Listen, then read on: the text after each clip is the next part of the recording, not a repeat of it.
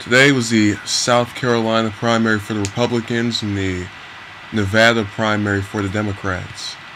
And it was quite eventful and very disappointing to me because the candidates I wanted to win did not win. So on the Democratic side, I wanted Bernie Sanders to win. He didn't.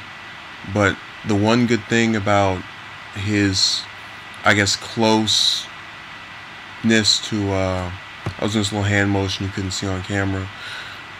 The one good thing about that tight race is that it further proves Clinton is in trouble. She is vulnerable. And this type of vulnerability, while it may seem as if it's not a big deal, all she has to do is, beat him in a primary, it will come back to bite her in the general election. And she can talk all she wants, and her pundits can talk all they want about South Carolina and how that will save her and that will prove she's the one. She's the person to go to. She's who we should bank on. When really, there's nothing to her except her gender. That's really all she has over Sanders. And we wouldn't even be in that mess if it weren't for Elizabeth Warren deciding not to run, but whatever. Bottom line is, she completely fails to realize the amount of trouble. She can have all these slim victories in these early states, but I guarantee Super Tuesday, we're gonna have a few more. We're gonna have some surprises. And she had that giant lead. It just went away over the last couple of months. Got all confident over those polls, and it comes back, and you find out they weren't as reliable as you thought they were. Maybe they were reliable for that time, but things change, and people change, and opinions change. And you're going to see more and more people switching over to Sanders, or Sanders's, however, the apostrophe S, going over to his side and abandoning her even more.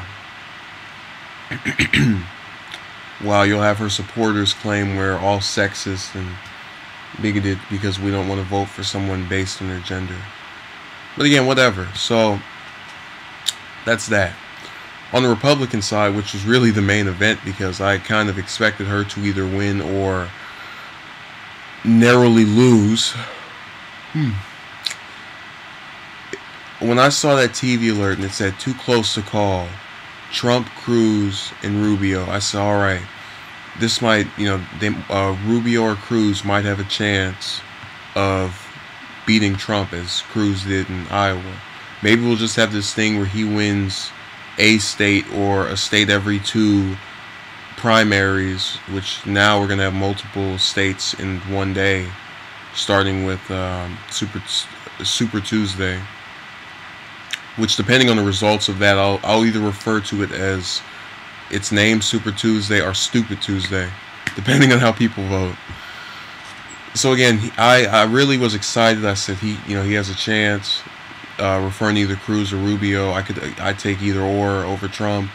And when he started piling those votes on top of them, and I think at one point he had 1,000. The votes were coming in. Rubio had 600. All right, it's over. It's done.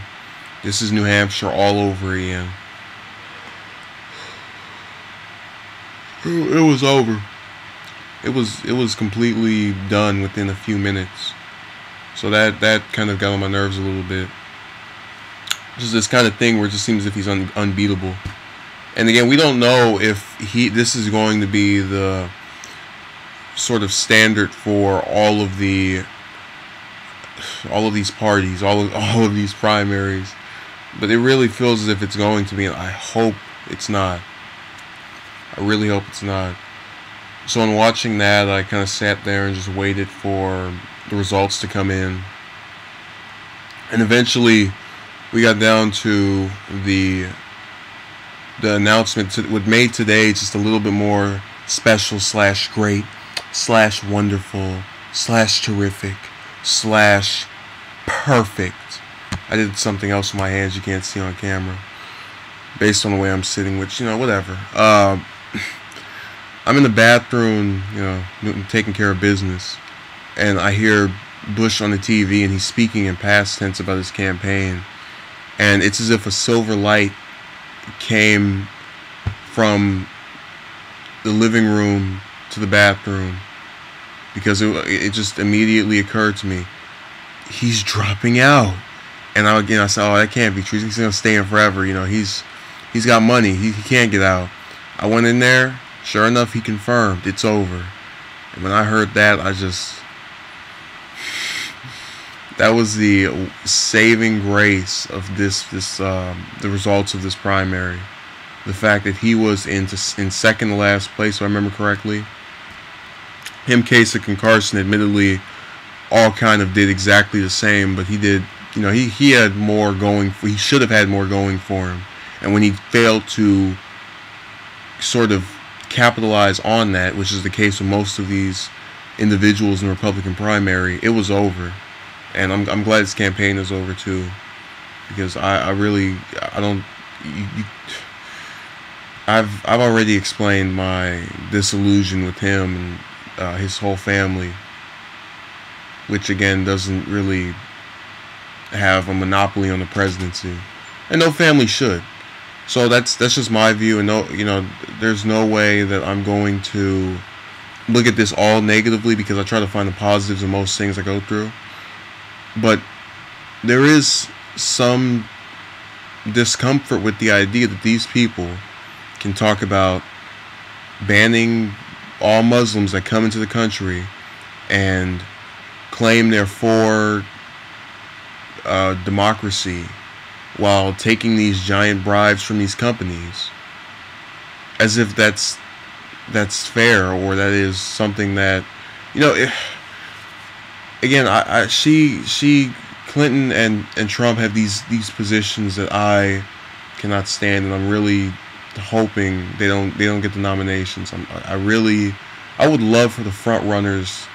I don't know, it's just the underdogs are so popular to me right now. I would love for the front runners to get knocked off the curve, because you don't get to go through a whole election cycle for months and months and months. Number one, that's happened with Trump, and it's happened a little bit with Clinton, but we'll see what else occurs.